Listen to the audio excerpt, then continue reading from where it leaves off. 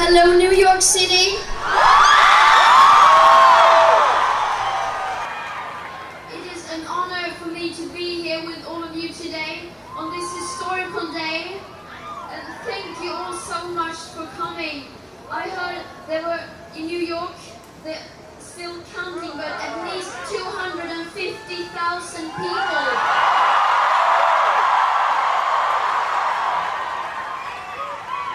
Around the world today, about 4 million people have been striking. We are still counting.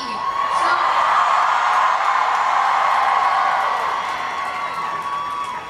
this is the biggest climate strike ever in history.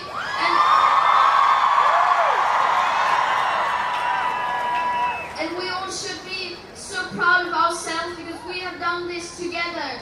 So thank you so much.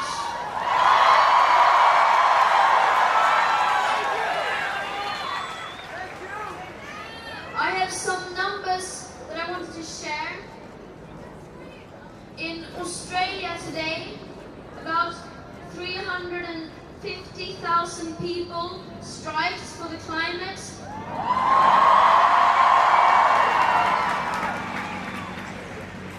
In London, about 100,000 people strike for the climate.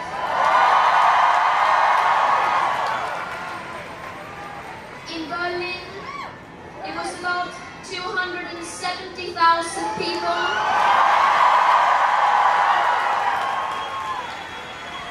People are striking today in over 150 countries.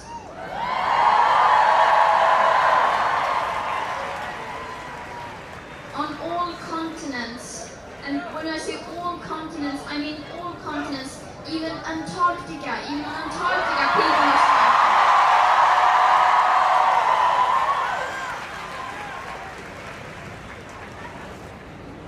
And we are not in school today. And this time, we are not alone. We have some adults who are not at work today either.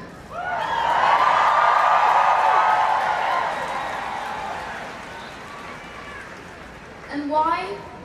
Because this is an emergency. Our house is on fire. And it's not just the young people's house. We all live here. It affects all of us. And we will not just stand aside and watch. We are united behind the science, and we will do everything in our power to stop this crisis from getting worse.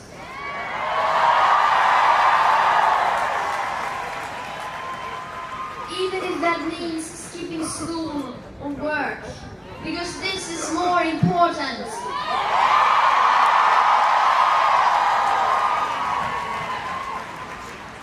Why should we study for a future that is being taken away from us?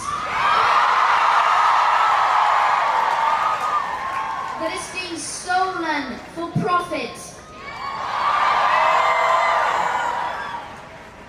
And some people say we should study to become climate scientists or politicians so that we can, in the future, solve the climate crisis. But by then it will be too late. We need to do this now.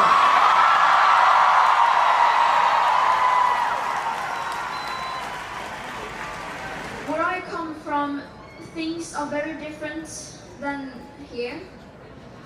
But when it comes to the climate and ecological emergency and the people in power, it is pretty much the same.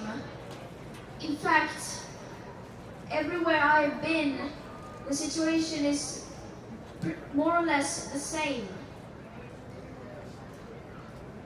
The people in power, their beautiful words are the same.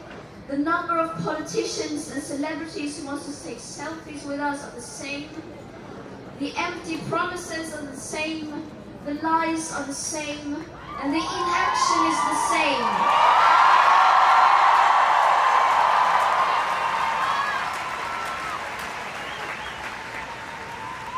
Nowhere have I found anyone in power who dares to tell it like it is. Because no matter where you are, even that burden they leave to us teenagers, us children.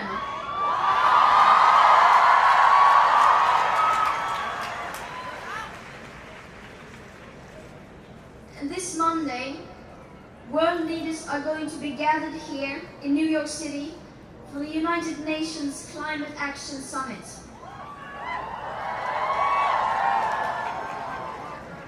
The eyes of the world will be on them.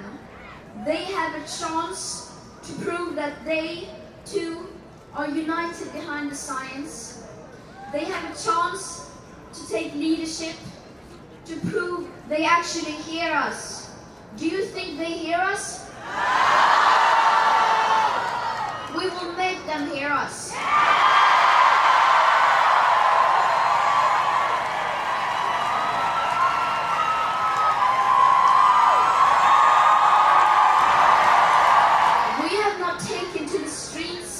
Sacrificing our education for the adults and politicians to take selfies with us and tell us that they really, really admire what we do.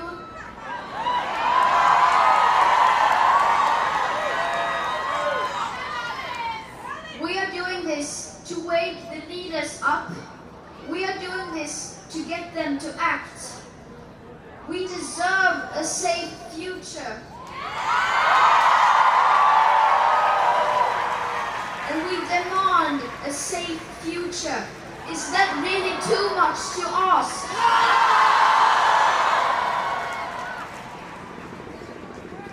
Right now, we are the ones who are making a difference. If no one else will take action, then we will.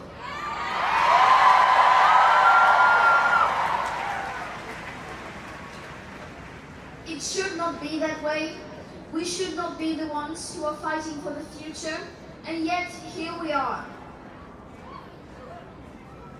But we are not just some young people skipping school, or some adults who are not going to work.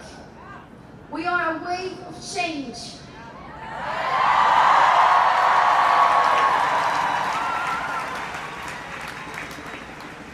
Together and united, we are unstoppable.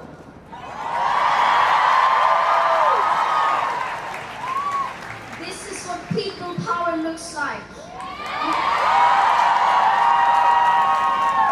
We will rise to the challenge. We will hold those who are the most responsible for this crisis accountable, and we will make the world leaders act. We can and we will.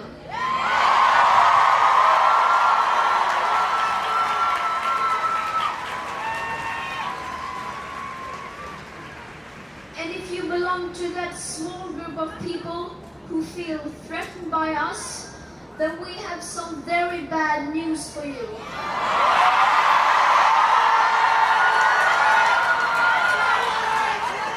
Because this is only the beginning.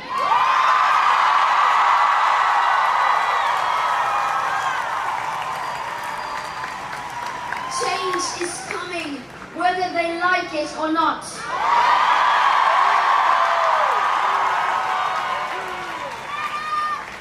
Thank you once again, everyone who are here, everyone who showed up.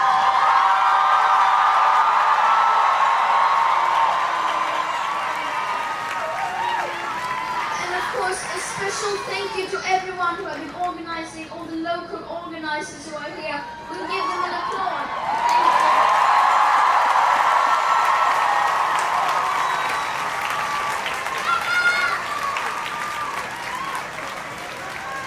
And just a reminder that next week, the 27th, we will also be striking in many different places. So if you can, show up then as well.